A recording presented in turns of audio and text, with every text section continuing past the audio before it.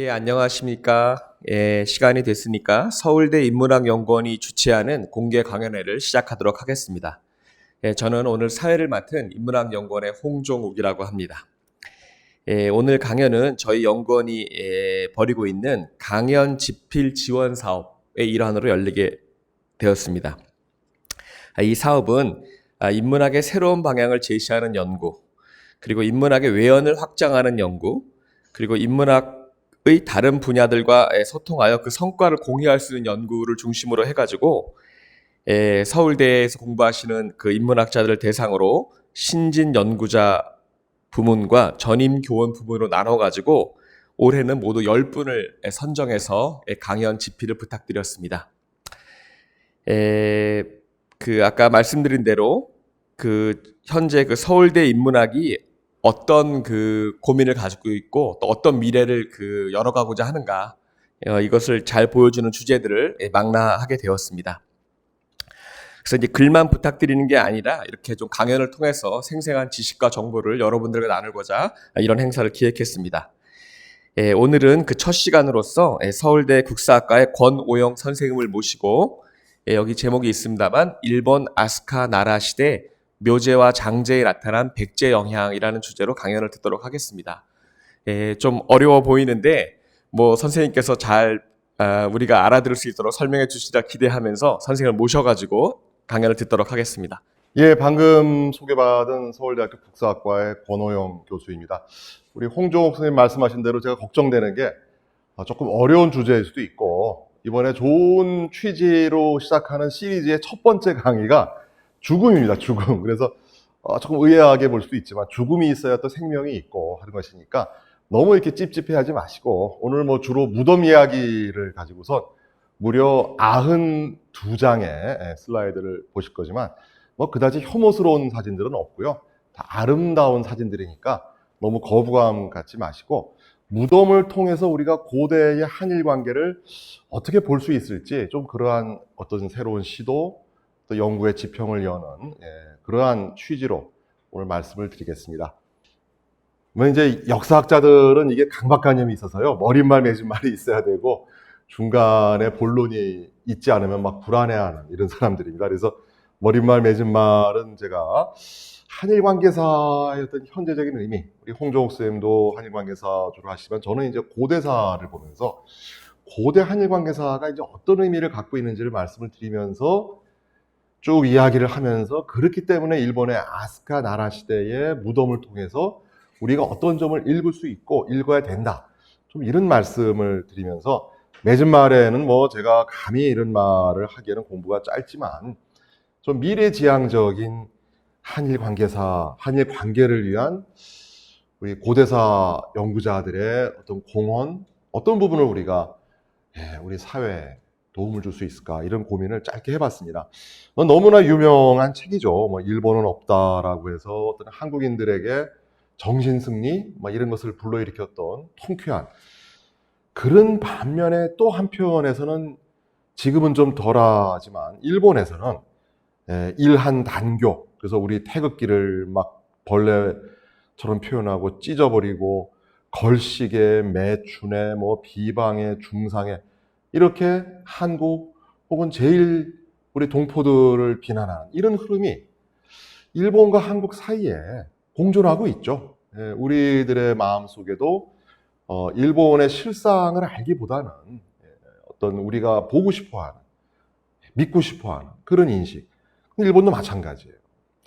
일본에 대한 우리의 인식, 한국에 대한 일본의 인식, 일본인들의 인식, 그 다음에 일본사에 대한 우리의 인식, 한국사에 대한 일본인들의 인식이 실체는 하나지만 서로 자신이 원하는 상대방에 대한 어떤 악마화된 이런 이미지를 갖고 만들다 보면은 이건 결코 바람직하지 않다라고 생각합니다.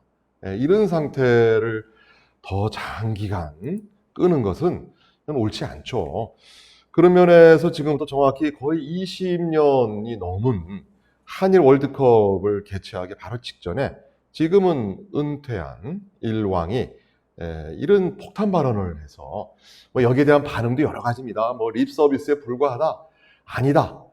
일본의 왕실이 갖고 있는 어떤 한반도에 대한 속내, 혼내라고 하죠, 일본 말로. 이것을 드러낸 이야기다. 그래서 이제 일본 우익들을 불편하게 하기도 했다. 뭐 등등 이런 말을 했습니다. 나 자신은 나라 시대에 존재했었던 간무의 핏줄을 이어받고 있는데 그 간무의 생모가 백제의 무령왕의 자손이기 때문에 나의 핏줄에는 백제, 한국의 인연과 핏줄이 흐르고 있다. 피가 흐르고 있다. 이런 말을 했단 말이죠. 이건 분명히 팩트입니다. 그래서 그 말이 갖고 있는 맥락이 어떻고 이걸 어떻게 우리가 소화하고 일본의 우익들 혹은 한국인들은 어떻게 이것을 받아들일지에 대해서 좀 진지한 고민을 했었어야 되는데 그다지 많은 논의가 이루어지지는 못했습니다. 저는 개인적으로 이 문제 때문에 칸모의 생모라고 하는 무령왕의 후손이라고 또 기록되어 있는 그 여인의 무덤을 찾아서 교토에 직접 가봤습니다. 우리 한국인들이 일본 관광을 제일 많이 하죠. 하지만 다른 데도 많이 가지만 저의 소원은 좀 이런 역사 유적도 좀 갔으면 좋겠다. 그런데 제가 가니까 일본인 안내해 준 분도 여기 거의 한국인 온 적 없다 하더라고요. 그래서 타카노, 고야는 이제 타카노, 그 다음에 뒤에 붙는 노는 의란 뜻이죠. 타카노는 니카사 히메노 미코토. 이 말이 깁니다. 그래서 타카노 성을 가진 니카사, 뒤에는 이제 존칭이니까 혼인의 부인이자 간무의 어머니. 이제 이런 부분이 있는데 고대 한일 관계사에 대한 인식을 이런 부분부터 우리가 시작할 수도 있다라는 저의 하나의 제언입니다. 그래서 저 개인적으로는 고대사를 공부하는 입장에서 고대 한일 관계사를 관심을 갖고 있습니다. 그것은 지금이나 그때나 정치체, 국가가 발전해 가는 과정에서 주변의 세력들과 어떠한 관계를 맺고 그 관계를 어떻게 발전시켰는지 이러한 부분들, 대외 교섭, 교류, 이러한 양상을 파악하는 것은 현대나 중세나 고대나 마찬가지이기 때문에 저 개인적으로는 뭐 제가 고대 한일 관계사 전공자냐 이렇게 말하면은 그렇게 말하기는 어렵겠지만 개인적으로 많은 관심을 가지고 있습니다. 저만이 아니라 우리 사회에서 한국 고대사에 관심이 있는 많은 우리 역사를 좋아하는 대중들은 고대 한일 관계사를 참 관심 있게 보기도 하고 열광하기도 합니다. 그 이유는 가장 심하게 왜곡된 그런 분야가 고대 한일 관계사. 언제부터? 역시 근대로 들어오면서 조선이 일본의 식민지로 전락하고 그 이후에 이른바 식민사학, 황국사관 이러한 분위기 속에서 가장 취약했고 가장 큰 어떤 이 목표를 가지고 왜곡시켰던 부분이 고대 한일 관계사죠. 그래서 그 고대 한일 관계사를 이제 한마디로 정리하자면은 임나이본부설 혹은 남조선을 직접 야마토 왕조가 경영했다라고 하는 남선 경영론 이런 부분이죠. 그래서 그런 부분에 대한 왜곡이 식민사학과 어울려서 반도성론, 즉 조선의 역사는 반도라는 숙명, 약소국이다. 너희는 반도사다. 거기에 대한 이제 우리가 저항으로 우리는 해방 이후에 우리는 대륙의 역사다. 또 이렇게 나왔던 것이죠. 하지만 반도가 그렇게 뭔가 저주받은 부정적인 의미는 아니죠. 이건 특수한 관계죠. 특수하게 일본에서 조선의 역사를 반도사, 반도인 이런 식으로 하다 보니까 이게 좀 의미가 폄하되고 그러다 보니까 우리가 반도 그러면 뭔가 불끈 화가 나지만 전혀 화낼 일이 없는 반도라고 하는 것은 뭐 이탈리아나 뭐 로마나 그리스나 다 마찬가지죠. 대륙과 해양을 아우를 수 있는 그런 조건인데 하여튼 우리가 일제 식민지를 겪으면서 반도라고 하는 부분은 우리에게 부정적으로 각인되어 있습니다. 사실 그럴 필요가 없다라고 생각을 합니다. 그래서 이 식민사학에서는 한반도 분단의 당위성을 주장하면서 막 큰 그림을 그리는 것이죠. 너희 조선의 역사는 애초 시작부터가 북쪽과 남쪽이 이질적이야. 북쪽은 중국이나 대륙에 의한 지배, 남쪽은 해양 세력, 일본에 의한 지배. 따라서 더 무서운 것은 현대 너희 남북한의 분단도 이건 역사적인 이유를 갖고 있는 너희 역사가 원래 분단된 역사였다. 이런 무시무시한 이야기를 하면서 나오는 이야기가 방금 말씀드린 임나이본부, 남선 경영론, 백강 전투, 그다음에 뭐 임난, 뭐 청일 전쟁, 러일 전쟁 쭉 그런 큰 흐름을 갖고 이야기를 해오잖아요. 당연히 해방 이후에 남북한의 역사학계, 고고학계는 이걸 가만두고 있지 않았죠. 열심히 여기에 대한 저항을 했고 극복을 했고, 그래서 많은 부분은 정리했습니다. 특히 몇 년 전에 이제 전문 연구자들, 전문 역사 연구자들에게 설문조사한 적이 있었어요. 일반 대중들에게는 가장 존경하는 역사가가 누구냐 하면 100이면 100다 신채호 선생님을 꼽을 겁니다. 왜? 신채호밖에 모르잖아요. 우리 근대 역사의 사학사에서 신채호 이외에 어떤 역사가에 대해서 우리가 배울 기회가 없잖아요. 그런데 전문 연구자들은 달랐어요. 남북한을 통틀어서 가장 존경받는 역사 연구자는 단연 김석형 선생이었습니다. 김석형. 왜 김석형 선생이 위대하냐? 이것은 여러 가지 주제, 문제를 해결했지만 제가 오늘 말씀드릴 부분은 한일 관계사, 고대 한일 관계사에서도 식민사학의 핵심인 임나 일본문설과 남선 경영론을 분쇄한 일본 열도 분국설이라고 하는, 물론 지금 학문적으로는 그 설 자체는 통용될 수가 없습니다. 우리가 계속적인 조사와 연구에 의해서 그 뜻은 좋았지만, 역사 의식은 좋았지만 구체적인 내용을 갖고서는 우리가 수용할 수 있는 부분은 별로 없어요. 하지만 정말로 코페르니쿠스적인 큰 전환을 일으켰던 분은 김석형 선생. 그래서 이 이후에 남한이나 북한이나 이 임나일본무설 격파라고 하는 목표를 가지고 정말 연구를 많이 했습니다. 우리 사회 일각에서는 이 한국의 고대사 연구자들이 다 식민사학자가 돼서 일제 스파이가 돼서 임나일본무설을 퍼뜨린다? 그것은 정말로 거짓말입니다. 임나일본무설을 추종하는 한국인 학자, 북한 학자는 한 명도 없어요. 다 그 설을 분쇄하기 위해서 싸워왔던 것이고, 그런데 이 설을 분쇄하기 위해서 그렇게 오랜 기간 동안 싸워왔지만 결정적으로 그 잘못된 설의 숨통을 끊어서 학문적인 수명을 완전히 끝마치게 한 것은 역사학자가 아닙니다. 고고학자입니다. 그러면 나이 많은 고고학자냐? 아닙니다. 20, 30대의 젊은 고고학자입니다. 그들이 무엇을 조사했길래? 무덤을 조사했길래. 그래서 오늘 여기까지 들으신 분들은 저 사람이 무슨 말 하려고 하는지 감을 잡으실 거예요. 고대 한일 관계사를 풀 수 있는 가장 중요한 핵심적인 열쇠는 무덤에 있다. 그래서 제가 역사학자지만 이 무덤 연구를 하는 것이고, 이 무덤 연구의 최종적인 목표 중에 하나는 고대 한일 관계사를 제대로 보고 우리의 후배들, 후손들이 일본과 한국 다 포함해서 좀 제대로 된 고대의 어떤 한일 관계의 모습을 그리려고 하면은 왜곡된 형태 혹은 그 의미가 불확실한 문헌 자료를 가지고 100년을 싸워도 답이 안 나옵니다. 정답은 땅에서 나온 고고학적인 자료, 무덤이 말해준다. 그래서 제가 오늘 아스카 나라 시대까지 말씀을 드리는 겁니다. 특히 임나일본부설에 대해서는 어떤 무덤이 결정적인 계기가 되느냐? 경상남도 김해에 있는 대성동 고분군입니다. 자, 그 얘기는 다시 또 뒤에 말씀드리도록 하고요. 제가 이제 아스카 나라 시대를 이제 이야기를 하니까 좀 생소하잖아요. 우리 아까 홍종옥 선생님처럼 정말 일본에서 오래 사시고 이런 분들이면 아시겠지만 우리와 일본의 시대 구분이 달라요. 그래서 일본에서는 이제 크게 원시고대 중세라고 하면서 구석기 시대부터 우리의 신석기 시대에 해당되는 조몽 시대, 우리의 청동기와 초기철기를 합쳐놓은 야요이 시대, 그리고 우리의 삼국시대랑 거의 비슷한 시기인 고분시대까지를 다 원시로 봅니다. 우리의 삼국시대에 해당되는 일본의 고분시대는 일본의 시대 구분에서는 원시시대가 돼버려요. 우리랑 다르죠. 그 다음에 이제 고대라고 불리는 시대 중에 앞부분이 아스카 시대, 그리고 중간 부분이 나라 시대가 되는 것이죠. 그 다음에 뒤시기에 이제 헤이안 시대가 있고 카마쿠라에서 쭉 이어지는 것이죠.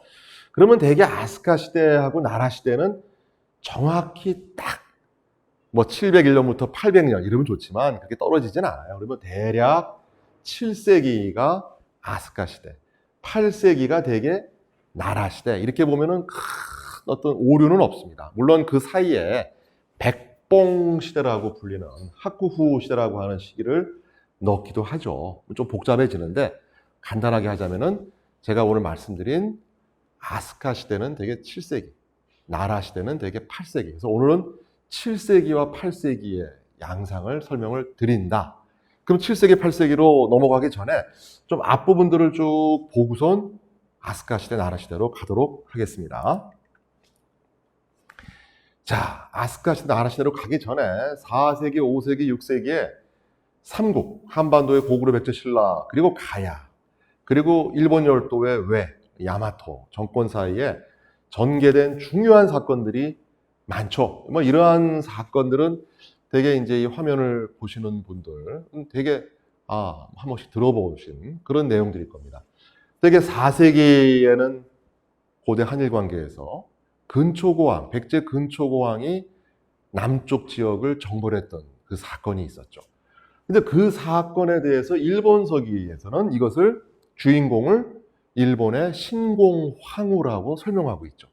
근데 바로 이 설이 임나일본부가 잘못 꿰어지는 시발점이 되는데 이것은 잘못된 것이다. 허구다. 신공황후의 남한 정벌은 믿지 않습니다. 이것은 누구도 믿지 않습니다. 이거 허구입니다. 그 실상은 일본의 4세기는 고분 시대의 전기에 해당되고 이때만 하더라도 한일 간의 교섭의 중심은 백제도 아니고 신라도 아니고 고구려도 아니고 김해 지역에 있었던 금관가야 그리고 일본의 야마토 사이의 관계가 메인입니다. 5세기 단계에 오면 일본의 고분시대 중기가 해당되죠. 이 시기는 일본에서 이른바 상당히 자랑스러워하는 시기입니다. 중국의 역사책인 송서에 5세기에 일본의 5명의 왕이 사신을 보내서 내가 이렇게 군사적인 큰 성취를 이뤘으니까 나에게 어마어마한 벼슬을 내리시오. 거기에는 백제, 가야, 신라를 다 통합한 군사적인 지도자, 이걸 달라. 이렇게 요구하고, 야, 중국에서, 야, 너무한 거 아니냐.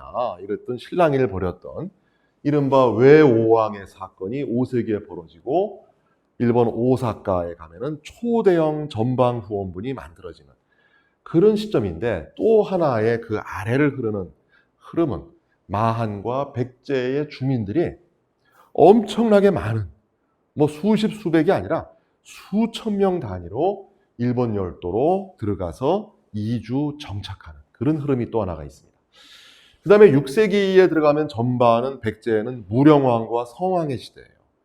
근데 공교롭게도 일본의 이 시기의 왕은 개체와 훈명이라고 하는 왕인데 중국 남조의 양나라인 양무제가 있고 백제에는 무령왕과 성왕이 있고 일본 야마토에는 개체와 훈명이 있는데 이때는 참 희한하게도 이 삼국이 서로 간에 아주 우리가 지금 보더라도 모범적인 그런 서로 상대방에 대한 존중과 어떤 문화적인 교류 이런 교류를 했던 시기입니다. 그리고 후반에 가면은 백제 위덕왕대, 일본의 불교가 전래되고 사찰이 만들어지기 시작하고 그때 일본의 실권을 잡고 불교를 수입한 세력은 왕실이 아니라 소가시라고 불리는 일본 말은 소아시죠. 이 소가시가 백제의 이주민인데 이들이 실제 권력을 잡고 외척이죠. 우리 고려시대 이자겸 집안처럼 나는 새도 떨어뜨릴 정도의 왕도 막 멋대로 바꿀 정도의 힘을 갖고 있던 이런 시기입니다. 6세기 후반은 그래서 백제의 부여 사비기의 불교 문화가 일본으로 막 들어가기 시작하는 20대는 그런 시기입니다. 7세기는 백제에서는 무왕과 의자왕의 시대이자 일본에서는 아스카 문화가 꽃을 피운 시기입니다. 그래서 이 아스카 문화가 꽃을 피웠을 때 일본의 왕성이 있던 지역이 아스카쿄, 그 다음에 이제 후지와라 쿄라고 불리는 이런 막 도성이 만들어지고 막 이랬던 시기입니다.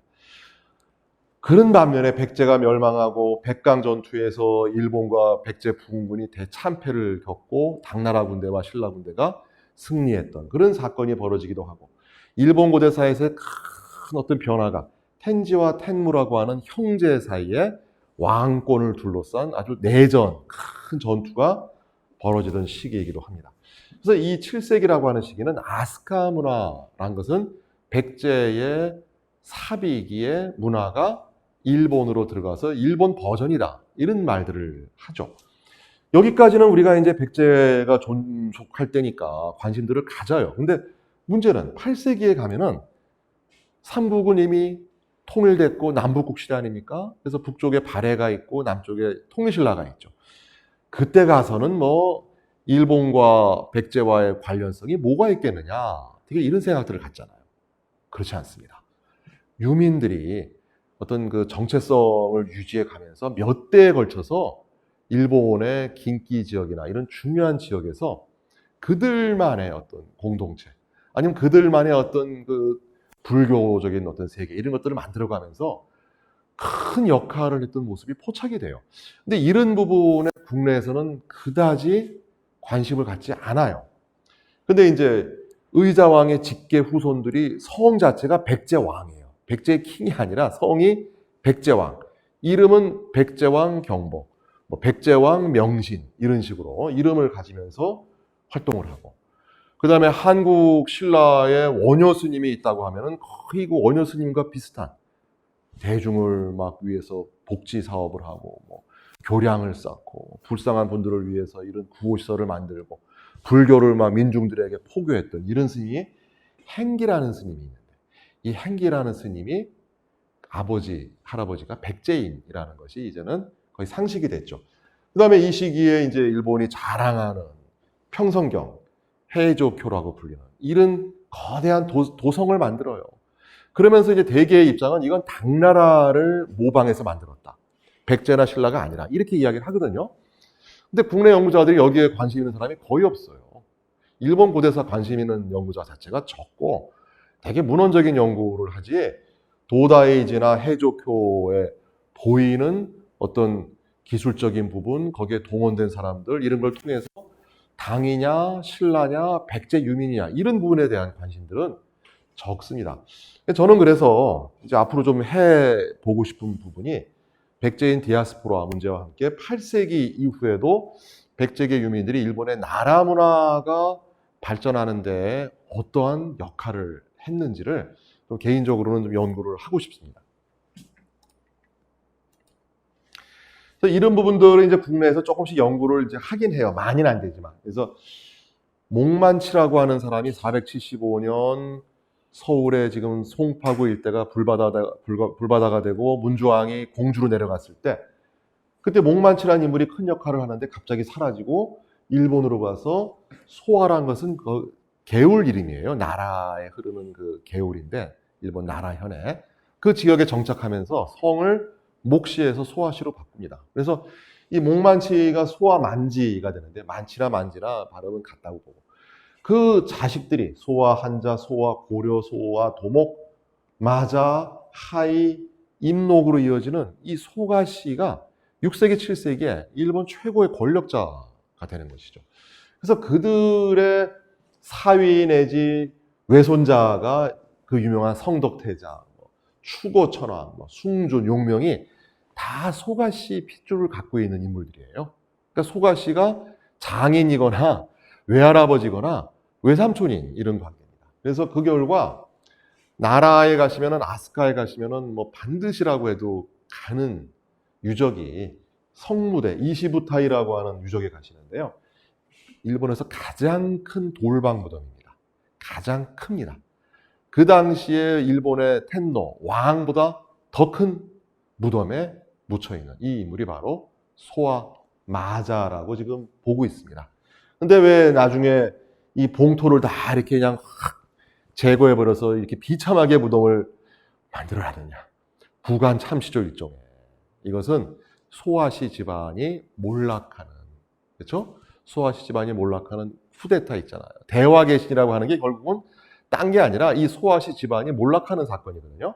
그리고 나서 그 소아시의 집안의 우두머리격인 우마코, 마자의 무덤에 대해서 이런 흙을 막 이렇게 해서 파괴하는 일을 했다라고 추정을 하는데, 그래도 돌방이, 이 사람 보세요.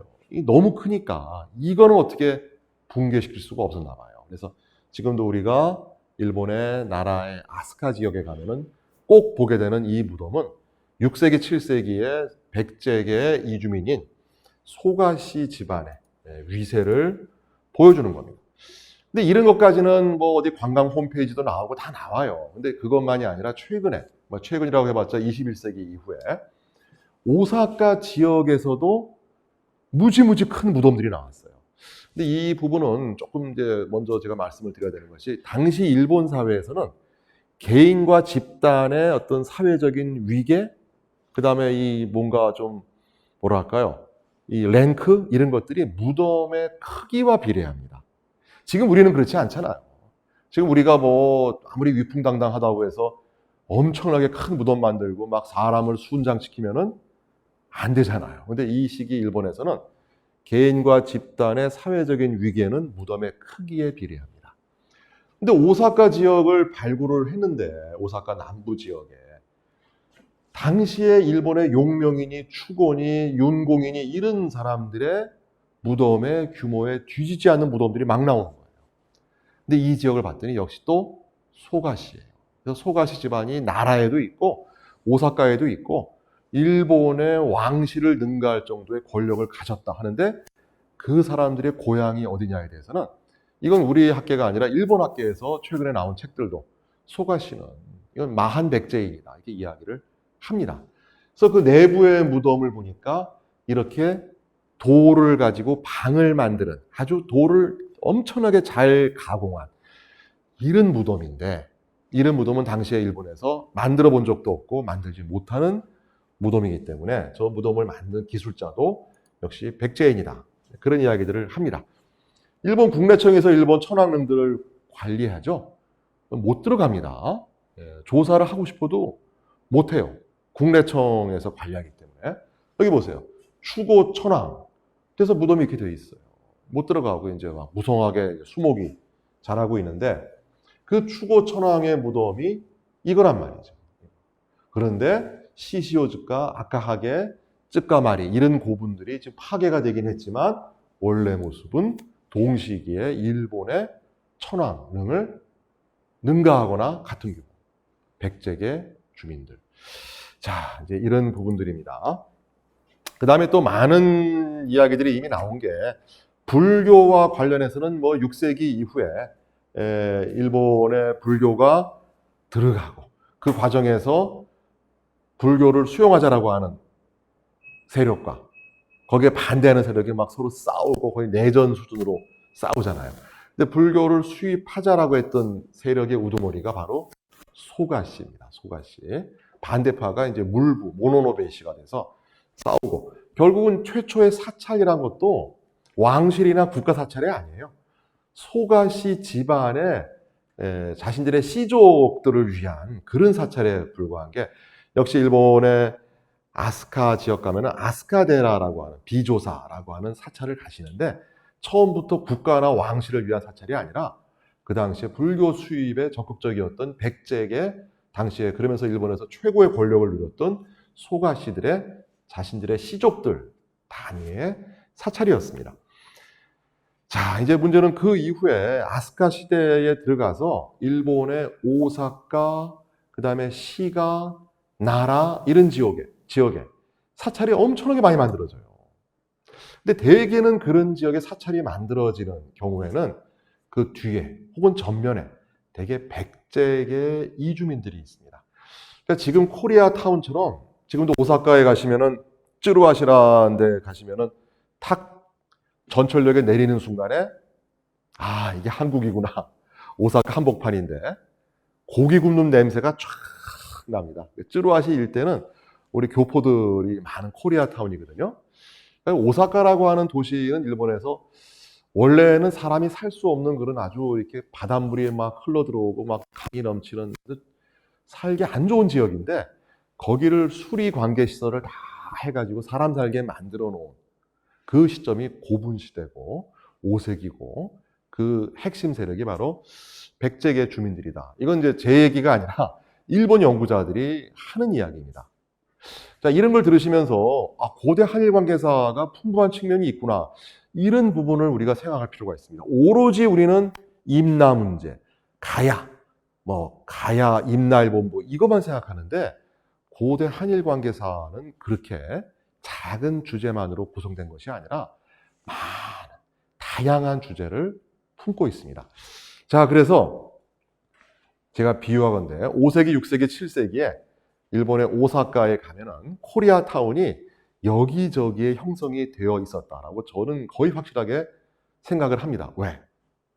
땅을 파보니까 마을이 나오는데 그 마을의 집자리하고 밥 지어 먹는 밥그릇이 이게 충청도 전라도 것. 그러면 그 사람들은 충청도 전라도에서 들어간 사람들이란 말이죠. 자, 이제 그런 분위기가 있었기 때문에 백제계 주민들이 많이 살던 지역을 중심으로 불교 사찰이 만들어집니다.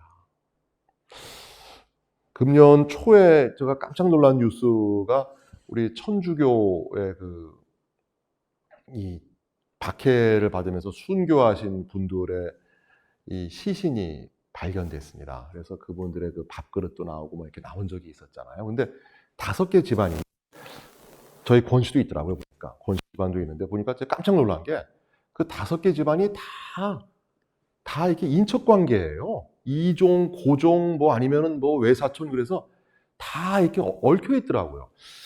초기에 외래 종교가 수입될 때는 그렇겠다. 믿을 만한 사람들 아무에게나 포교하는 것이 아니라 어떤 지역, 어떤 혈족, 인척 이렇게 퍼지는구나. 그걸 느끼다 보니까 새로운 면이 보이는 게 일본에서 불교가 퍼져나갈 때 그냥 그 시기에 외인들이 갑자기 불교 신자 되는 게 아닙니다. 그래서 일본에서 초기 불교의 승려나 아니면 사찰을 만들던 어떤 그 물주, 후원자들은 거의 예외 없이 백제계 인물들이더라고요. 그래서 그런지 이제 히가시, 오미시 이런 데는 이제 일본의 시가현이고 그래서 오사카나 나라나 교토에 이 시기 7세기, 8세기에 초기 사원들이 많이 만들어져요. 우후죽순처럼. 그런데 그 많은 부류를 보면은 이름도 백제사지만 오사카의 그 사천왕사라고 불리는 자, 중문으로 들어가요. 탑이 있어요. 부처님을 모시는 금당이 있어요. 공부하는 강당이 있어요. 이것을 감싸는 회랑이 있어요. 딱 이런 구조는 고구려 없고 신라도 없고 중국도 없습니다. 어디만 있느냐? 백제만 있습니다. 이게 백제계 가람배치거든요. 확실히 이런 걸 보았을 때 초기의 어떤 그 불교에서 신라도 있고 고구려도 있고 뭐 이런 역할도 없는 건 아니지만 거의 뭐 90% 이상 압도적인 다수는 백제 영향이 컸다. 이런 부분들까지도 국내 학자들이 좀 이야기는 해요. 근데 다시 말씀드리지만 무덤 이야기는 참 안 하신다. 그래서 지금부터는 제가 이제 너무 식후에 또 체하실까봐 조금 이제 아름다운 사진을 보여드렸지만 지금부터는 계속 무덤으로 갑니다. 또 졸릴 때가 됐으니까 좀 이제 좀 딱 깨셔야 되겠죠. 이제 2장입니다. 임날본부설의 극복 시즌 1은 이제 좀 쉽게 넘어가겠습니다. 이제 5세기의 동북아시아의 정세도 이제 이거 잘못 그리면 이제 막 난리가 나는 것이죠. 여기를 우리는 가야라고 하는데 이거 일본에서 이거 임나라고 해버리고 막 범위를 크게 만들어버리는 20세기 전반의 말송보와 스에마츠라고 하는 그런 설을.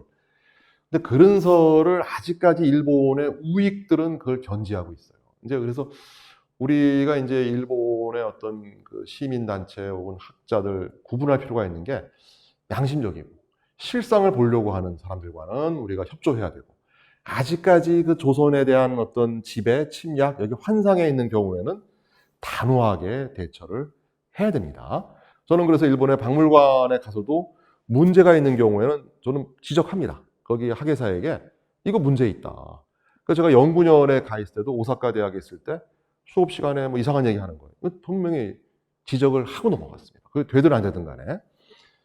자, 이제 5세기에 이런 형국에서 임나일본부라고 하는 것은 들어갈 자리가 없어요. 근데 그걸 만드는 것은 조선의 침략과 지배를 뭔가 좀 원활하게 하기 위한 학문을 왜곡시킨 황국사관, 식민사일 뿐이었다 말씀을 드렸죠. 그런데 그것을 입증하기 위해서 일본 관학파들, 식민사학자들이 구사했던 자료는 그들의 일본서기만이 아니라 중국의 송서도 있고 그리고 고구려의 광개토왕비도 있고 백제의 칠지도까지 있는 거예요. 그러니까 수세에 몰리면은 야, 이게 우리만 그렇게 쓴 게 아니라 중국 측에서도 그런 얘기 하고 있고 너희 측의 고구려의 광개토왕 비에도 그런 말이 있지 않느냐. 이렇게 계속 항거하기 때문에 계속 코너로 몰고 갔는데 마지막 한 방, 그냥 9회 말에 그냥 뭐 말로 홈런을 치거나 아니면은 연장전에 그냥 골을 넣거나 해야 되는데 이게 안 되는 거예요. 그 아쉬움을 풀어준 정말 우리 고대 한일관계사연구에 큰 역할을 담당한 분들이 김해 대성동 고분군을 발굴한 젊은 20, 30대 피부가 막 타서 새까맣게 돼서 그냥 1년 내내 고생하고 땅 팠던 이런 젊은 친구들에게 우리가 정말 고마워해야 됩니다. 그래서 그런 무덤을 팠더니 여기에 무덤이 수백 기가 있어요. 3세기, 4세기, 5세기 이런 걸 팠더니 도굴이 엄청나게 당했는데도 거기서 나오는 유물이 어마어마하고 무덤 크기를 제가 이제 비유해 드리자면은 여기 강의실 비유하면 안 될 것이고 우리 마을 버스 있잖아요. 예, 그 마을 버스 작은 거 말고 중형 버스 정도 돼요. 무덤 하나가. 거기에 한 사람이 묻혀 있는 거예요. 어마어마하고 거기서 나온 유물도 어마어마해요. 근데 뭐 토기 이런 것이 문제가 아니라 그 당시에 최고의 전략 물자인 철. 그 당시에 철은 돈이고 핵입니다. 철기를 가지고 돈처럼 사고 팔아요. 철기를 가지고 농기구를 만들고 무기를 만들어요. 철이 가장 중요한 전략 물자인데 그 철이 쫙 깔려 있는 겁니다. 네. 이거 한번 보고 갈까요? 네, 이 조사할 때 참 잘했다고 생각해요. 이런 거는 공개하고 해야 됩니다. 뭐 쉬쉬하고 우리가 뭐 감추고 그럴 필요가 없어요. 다 우리 공개하고 토론하고 조사합니다. 그래서 이 발굴 현장에 일본 학자들도 와서 니네가 봐라 그랬어요. 그래서 이 친구는 이때는 학생이고 돌아가서 지금 일본의 대학 교수가 되는데 제일 교포입니다. 예, 김시성을 가진 학생이 이제 머리에 수건 쓴 건 일본풍이지만 생긴 거는 우리 사람처럼 생겼잖아요. 그래서 열심히 발굴하고 이 지식을 갖고 일본에 돌아가서 대학 교수가 돼서 고대 한일 관계사를 제대로 보기 위한 최첨병 역할을 하고 있어요. 그런 면에서는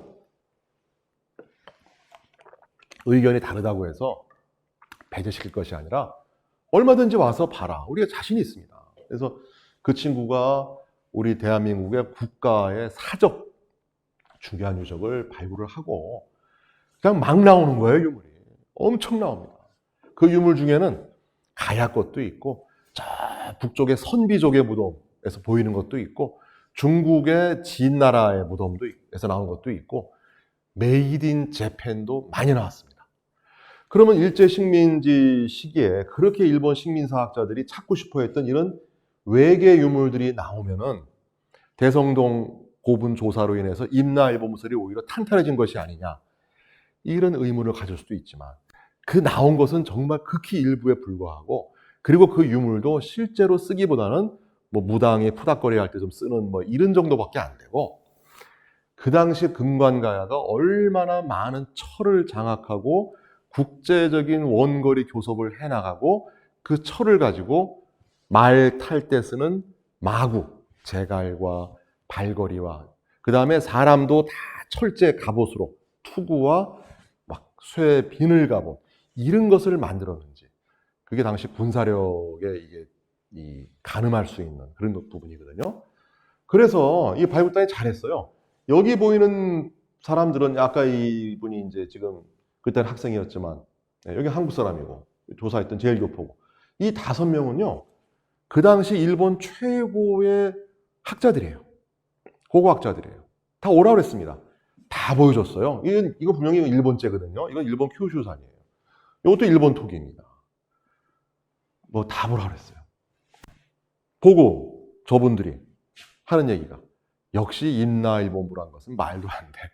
그게 허상이었어. 그거를 인정하고 돌아갔습니다. 예. 그러면서 이야기가 달라지는 것이죠. 그래서 이런 메이드 인 재팬이라고 하는 게 돌로 만든 이런 화살촉인데 이게 그 당시에 쇠 화살촉을 쓰는 상태에서 무슨 실질적인 기능을 하겠어요. 이것은 의례적인, 상징적인 이런 제사 이런 데 쓰는 것이거든요. 그래서 그 당시에 군사력과 철제 무기의 확보, 제작 기술 차이에서 가야, 금관가야, 김해와 야마토, 일본과는 격차가 너무 벌어져 있어요.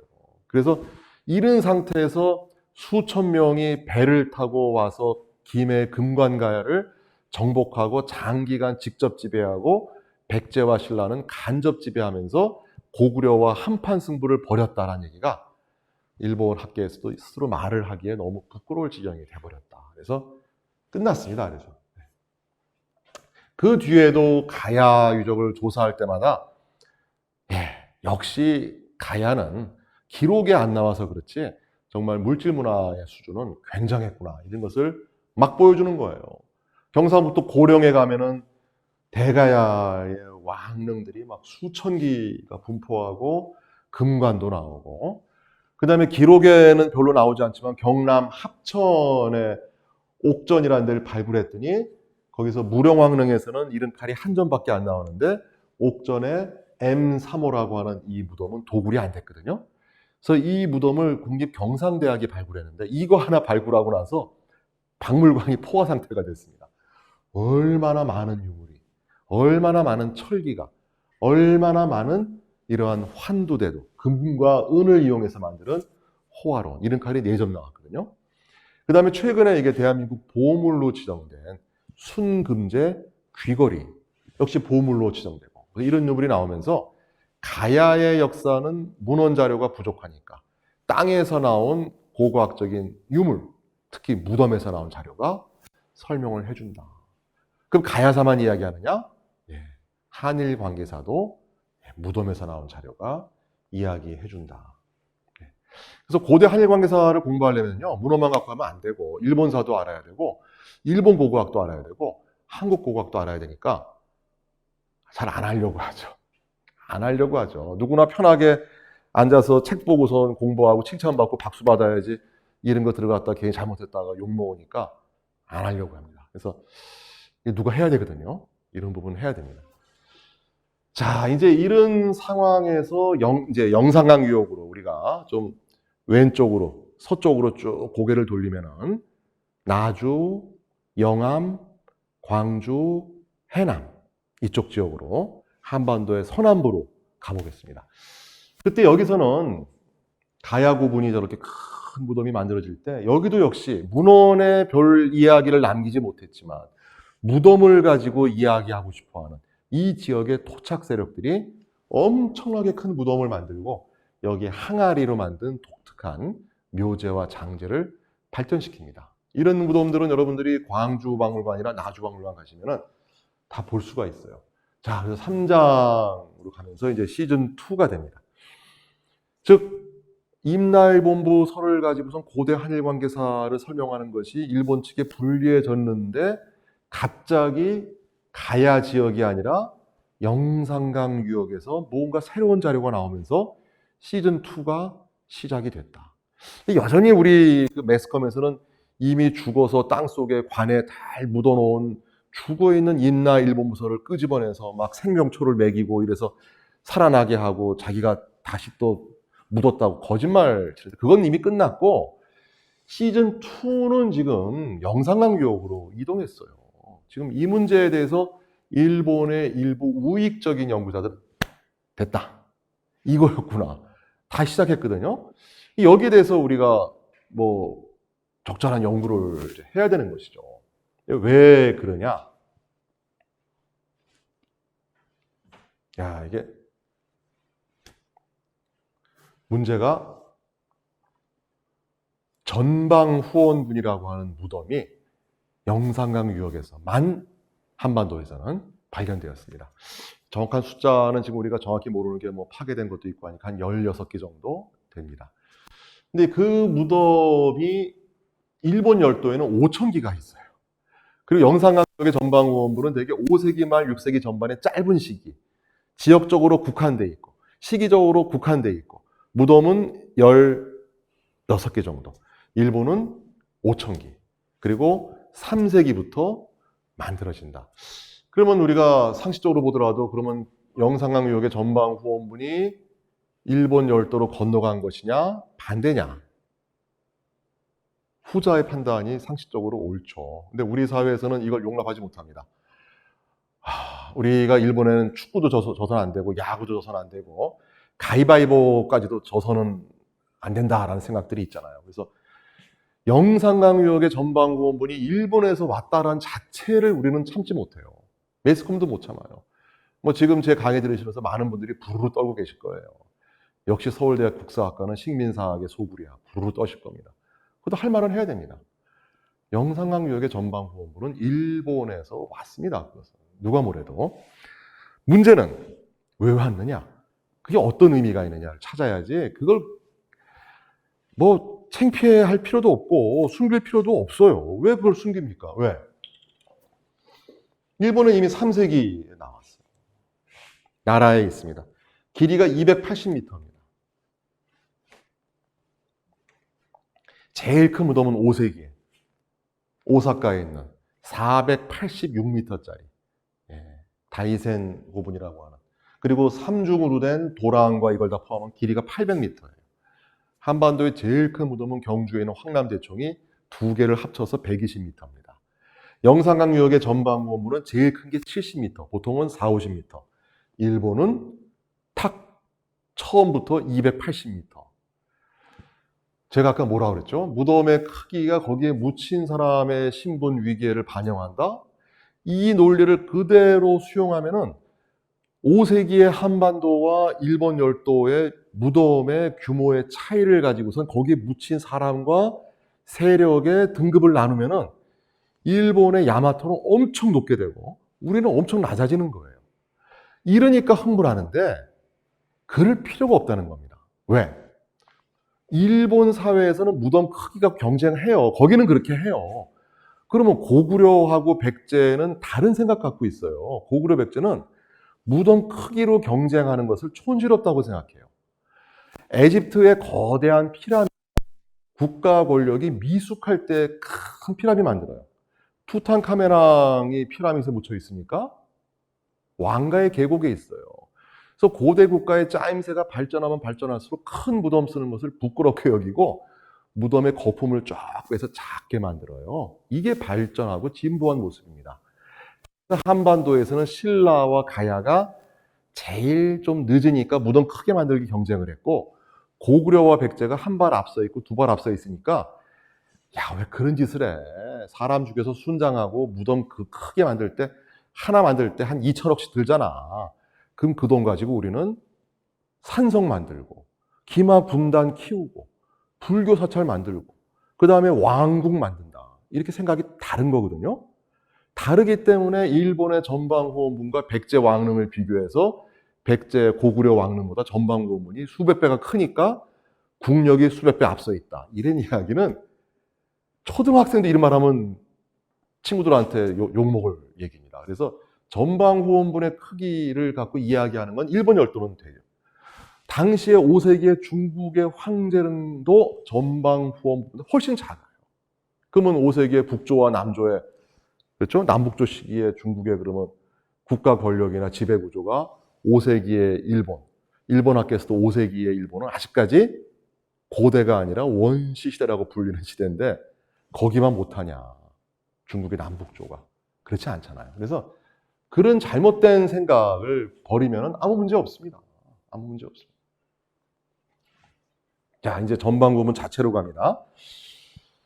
일본 최초의 여왕이라고 불리는 비미오, 삼국지의 이름이 나오는 히미코라고 불리는 인물의 무덤으로 추정되는 나라현의 하시아카 고분, 길이가 280m라고 했습니다. 엄청나게 커요. 근데 왜 큰가 하면요, 무덤의 지배자의 현실적인 정치력과 군사력을 보여주는 것이 아니라 무덤을 만들면서 공동체의 성원들의 단합대회 하는 거예요. 그리고 여기에 묻힌 사람들은요, 무당이에요, 무당. 세속적인 권력을 가진 킹이 아니라 무당이고 사제예요. 그래서 우리보다 이 국가의 어떤 발전 수준이 떨어져 있기 때문에 우리는 청동기 시대에 이런 짓 했거든요. 자, 그래서 오른쪽은 풀이 자란 지금의 모습이고 원래의 모습은 이렇게 전방, 후원, 그리고 단을 만들고 수백만 개의 돌을 타일처럼 까는, 그래서 마치 멀리서 보면 아주 그냥 엄청난 기념비적인, 지금 오사카에 가면 이런 식으로 시온지야마 고분이라고 하는 5세기 전방 후원문들을 이렇게 복원해 놓기도 하고 합니다. 그래서 아까 제가 말씀드린 대로 이 전시를 일본 박물관이 하다가 지금은 없앴습니다. 문제가 되니까. 왜냐하면 5세기의 동아시아의 고분을 오사카의 인덕릉 486m짜리 그리고 200m 넘는 게 많다. 그러면서 고구려 왕릉 요만하다. 그 다음에 신라 왕릉 제일 큰 게 황남대총 요만하다. 그 다음에 영산강 유역의 전방고분 요만하다. 이걸 보여주면은 잘못된 인식을 갖게 되는 게 5세기에 야마토와 고구려, 백제, 신라의 국력이 이렇구나. 이렇게 착각을 불러일으키는 전시거든요. 제가 이것도 지적을 했습니다. 제 지적 때문에 뭐 바꾸는지 모르지만 지금 일본의 국립박물관 이 전시는 없습니다. 없어졌습니다. 근데 이런 이야기는 제가 말씀드린 대로 이런 짓 할 동안에 고구려와 백제는 거대한 사찰을 만들고 거대한 왕도를 조용하는 이런 모습을 보이고 일본의 아스카 나라 7세기, 8세기에 가서야 일본은 거대한 무덤 만들기를 그만두고 고구려와 백제가 벌써 몇백 년 전에 했었던 무덤은 거품 빼고 왕도 사찰 만들기 경쟁으로 뛰어드는 거예요. 그럼 당연히 일본의 지배층들이 그런 인식의 변화를 갖게 되는 것이 자체적인 어떤 생각의 게임도 있겠고 또 하나는 그 당시에 일본의 지식층들 그리고 왕실 이런 쪽에 워낙 백제 출신의 지식인들이 많은 거예요. 불교 승려, 뭐 한학자, 무슨 예법을 강의하는 사람들, 뭐 의학자, 뭐 역학자 어마어마하게 많은 사람들이 일본 학계에서 도레인이라고 불리는 바다를 건너온 사람들. 저는 이제 도레인이라는 표현은 우리한테는 맞지 않고 저는 이제 이주민이라는 표현을 씁니다. 일본 입장에서는 바다를 건너왔으니까 도레인이 맞죠. 한국의 입장에서는 건너간 사람들이니까 이주민이라는 표현을 저는 씁니다. 자, 그래서 대고분의 시대는 고구려, 백제, 그리고 신라, 가야, 그리고 외의 순서로 대고분의 시대는 잦아들고 그걸 대체한 불교 사찰과 왕경을 크게 만드는 시대로 간다. 근데 그런 시대로 가기 전에 전방후원분의 피장자는 종교적인 인물이다. 그래서 이 무덤 만들기는 지금도 일본의 분마에서 이런 무덤의 관리는요, 국가나 행정 단위가 아니라 마을 주민들이 해요. 주민들의 하나의 맛질이에요. 이 무덤을 관리하는 게. 그러니까 만들 때도 마찬가지인 겁니다.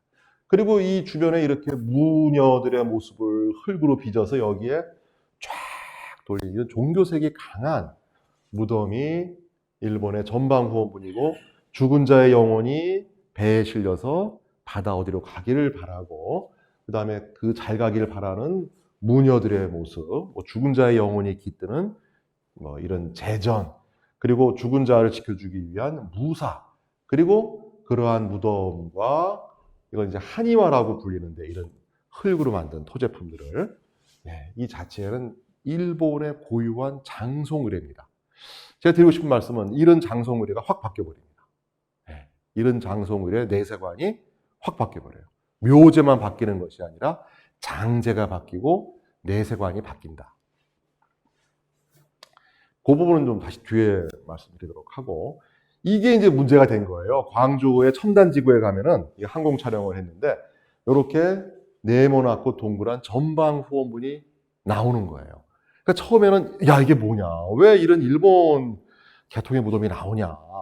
처음에 숨기고 싶어 했고 숨길 수가 없으니까 시기가 사실은 우리가 더 빨라. 근데 파보니까 뭐니 해도 일본보다 늦어요. 그러니까 이제 설명할 수 없게 돼버렸는데 전혀 그럴 필요가 없다. 왜? 한반도에서 일본으로 넘어간 물질문화, 무덤, 집자리, 유물, 그 다음에 이주민의 숫자를 예를 들어서 한 만이라고 한다면 가는 게 있으면 오는 게 있잖아요. 일본에서 한반도로 온 주민과 그들이 남긴 흔적도 있어야 될 거 아니에요. 근데 그게 1대1이 아니라 한반도에서 일본으로 간 게 한 만이라고 한다면은 일본 열도에서 한반도로 온 게 한 100이나 될까? 압도적으로 많은 큰 흐름은 한반도에서 일본 열도로 간 주민과 문화입니다. 가기만 하고 어떻게 안 오겠습니까? 그래서 일부 온 흐름이 영산강 유역의 전방후원분, 그리고 한반도 남해안에서 점점이 보이는, 아까 김해 대성동에서도 그렇고 외계 유물들이 보인단 말이에요. 그걸 가지고선 임나 일본부서를 증명할 수 있다라고 말하는 사람은 없어요, 이제는. 왜? 그렇게 말하면은 한반도에서 신라, 백제, 가야의 유물이 일본에 넘어간 것은 그거보다 100배, 1000배 많은데 설명을 어떻게 하겠어요? 그래서 이것은 군사적인 어떤 지배의 흔적이 아니라 당시에 각각의 자국의 이익 혹은 우리 집안에 혹은 내가 돈을 벌기 위한 다양한 목적을 가진 사람들이 국경을 넘나들면서 다양한 활동을 하고 그 흔적이 남은 거예요. 이걸 우리가 너무 지나치게 이제 제국주의 시절에 이걸 갖고 군사 정치적인 지배로 설명하려고 했던 것이 임나일본무설이 파탄되게 된 원인이 되는 것이죠. 자, 이제 좀 사진을 빨리 보겠습니다. 전방호문이 이렇게 보여서 이거 갖고 이제 막 고민들을 하고 그걸 가지고서는 이제 막 이런 식으로 임나일본부를 경상남도 지역이 아니라 영상항 유역까지 넣으려고 하는 이런 시대착오적인 흐름이 말송보아가 생각했던, 스에마츠가 생각했던 그런 부분과도 일맥상통하면서 빨리 일본 학교도 이런 거 버리지 않으면 여전히 100년 전의 이야기에서 헤어나지 못하는 것이죠. 안타깝죠, 우리가 보기에도. 실상은 제가 지금 말씀드린 대로 그 열 몇 기의 무슨 전방호원문이 아니라 한반도에서 들어간 어마어마하게 많은 이주민들의 흔적. 우리가 이걸 놓치고 있어요. 우리가 임나일본부에는 그렇게 막 열심히 하는데 그게 핵심이 아니라고 말씀드렸잖아요. 오히려 일본 열도에 들어갔던 한반도계 이주민과 선진 문화의 흐름을 찾아 나가는 것이 우리가 해야 되거든요. 일본 학자들은 하긴 하는데 우리가 해야 되는데 우리가 그걸 소홀히 하고 있죠. 자, 이런 겁니다. 예를 들어서 오사카에 가면은 다카이다야마 고분이라고 돌로 만든 방에 두 분의 시신이 남녀가 목관 안에 묻혀 있습니다. 근데 이건 한국 학자들이 뭐라고 안 그랬어요. 이거 발굴한 일본 학자가 이 무덤에 묻힌 분들은 백제 왕족의 부부다. 일본 학자들이 얘기해요. 그 이유는 무령왕릉에서 나온 것과 똑같은 청동 다리미. 무령왕릉에서 나온 요런 금박 구슬이라고 불리는 유리 위에 금박, 다시 그 위에 코팅을 한 아주 귀하고 아름다운 유리 구슬이 오사카에서 나오고 무령왕릉에서 나오니까 이 오사카에 묻혀있는 5세기 후반에 이 무덤의 부부는 백제에서 파견된 왕자 부부다. 이렇게 이야기를 한단 말이죠. 이런 거 연구해야죠. 그리고 바로 그 옆에 공교롭게도 신사가 하나 있어요. 그 신사는 아스카베 신사인데 모시는 분이 있어요. 백제의 곤지예요, 곤지. 곤지는 계로왕과 문주왕의 삼형제였던, 그리고 계로왕이 일본에 파견 보냈던, 그리고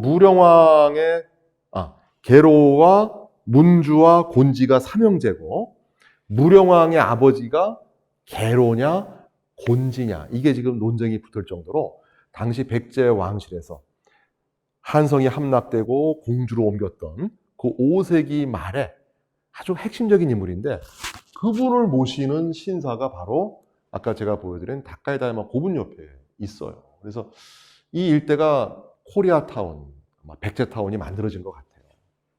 왜냐하면 백제식의 제철 기술이 발휘된 흔적도 나오고 그들이 쓰던 밥그릇도 나오고 또 뒤시기까지도 부여 사비기에 보이는 돌방 무덤도 여기서 보이고, 그래서 이제 오사카 답사 가시면 이제 10월 달부터 뭐 무비자 이제 교류한다고 하시면은 뭐 오사카 가서 쇼핑만 하지 마시고 이런 유적이 정말 볼 게 너무너무 많습니다. 그것만 보고 오시더라도 정말 배부릅니다.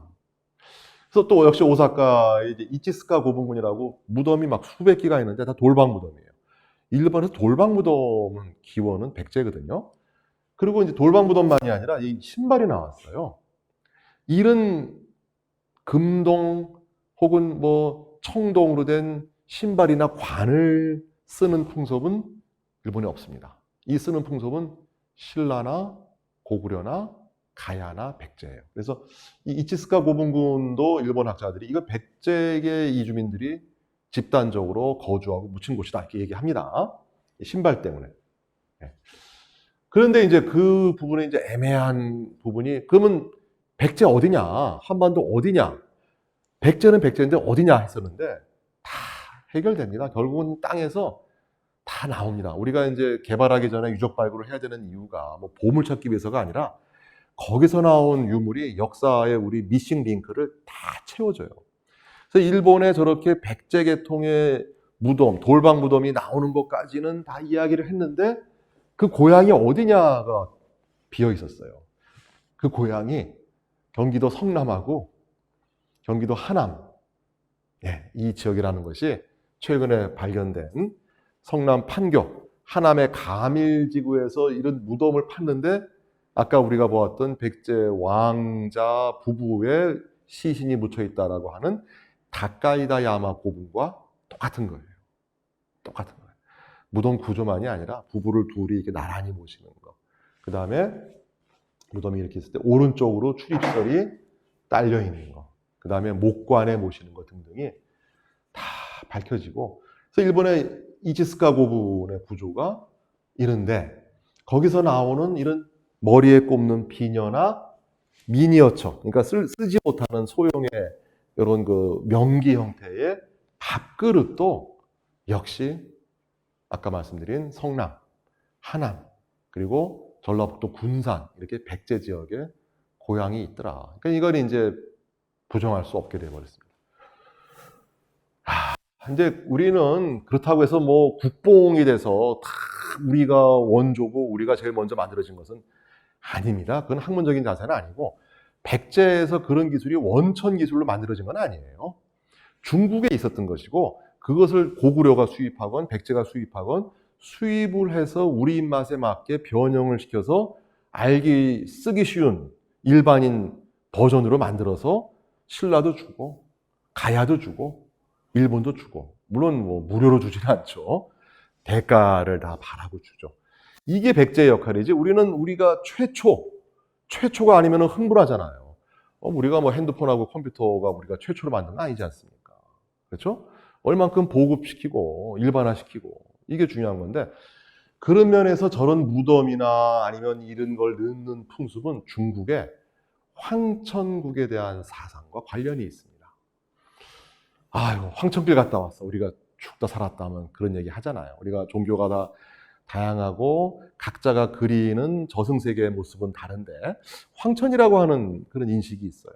예, 정확히 우리가 그릴 수는 없지만 그 황천 사상은 중국에서 들어와서 백제를 거쳐서 일본으로 넘어갔습니다. 증거가 뭐냐?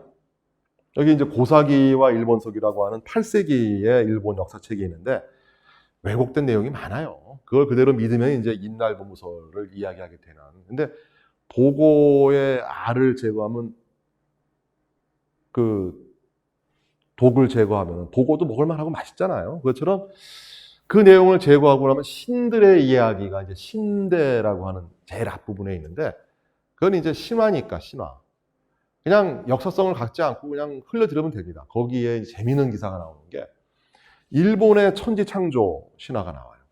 근데 이제 남매이자 부부인 이자나기와 이자나미. 노는 의이고 미코토는 존칭이니까 오빠이자 남편은 이자나기고 동생이자 부인은 이자나미인데 이게 좀 이상하죠. 이게 근친인데 일본을 다 이제 낳았다는 거예요. 일본의 땅과 무슨 뭐 모든 걸 다 낳았다고 그러는데 불의 신을 낳다가 이자나미가 화상을 입고 죽습니다. 죽어서 볼 수 없게 된 노이이자 사랑하는 부인을 찾아서 이자나기가 헤매는 거예요. 어디서 좀 들은 좀 뭐가 연상되시죠? 올페우스 똑같아요. 동서양이 똑같습니다. 그래서 겨우겨우 수소문해서 이자나기가 이자나미의 거처를 알게 되는데 지하 깊숙이 들어가요. 지하 깊숙이. 땅속으로 들어가요. 얼마나 무서웠겠어요. 그래서 뭐 우여곡절 끝에 황천을 건너고 막 만났어요. 그랬더니 깜깜한 방 안에 이자나미가 있는데 내 얼굴을 보지 마라. 이야기를 하고 나는 이미 황천의 음식을 먹었다고 해요. 음식을 먹었기 때문에 당신을 따라갈 수가 없다. 이렇게 이야기하고 헤어지자. 근데 너무나 보고 싶었던 사랑하는 이의 얼굴을 보고 싶은 이 경솔한 이자나기가 횃불을 켜서 이 생 얼굴을 딱 보게 되니까 죽은 지 꽤 됐거든요. 막 썩어서 막 문드러지고 막 벌레가 나오고 이런 모습을 보게 되는 거예요. 얼마나 무서웠겠어요. 그래서 갑자기 이게 이 애정 드라마가 호러물이 돼서 갑자기 으악하고 이자나기가 도망치기 시작합니다. 자신의 생얼굴을 보여줬다는 부끄러움으로 인해서 이자나미는 이제는 복수를 하겠다. 그래서 이 황천의 추녀들을 풀어서 이자나기를 쫓아와요. 이자나기가 막 도망치는데 뒤에서 막 황천의 그 무서운 귀신들이 따라오고 하면서 그 긴 터널을 지나면서 이자나기가 3번에 걸쳐서 무슨 비단 주머니 같은 걸 던져가지고 펑펑 할 때마다 그 황천의 추녀들을 피해서 도망 나왔다. 이 이야기가 고사기와 일본서기에 이제 다양한 버전으로 실려 있어요. 떠오르시죠? 이거는 그 전에 듣도 보도 못했던 지하의 전방고원분이 아닌 굴식 돌방무덤을 처음 접한 외인들이 갖고 있는 놀라움이에요. 왜냐하면 그 무덤들은 합장을 하거든요. 아버지 모시고 어머니 모시고 남편 모시고 부인 모셔요. 그러니까 새로 이 주검이 발생했을 때 들어갔을 때 선행 유해를 볼 수밖에 없잖아요.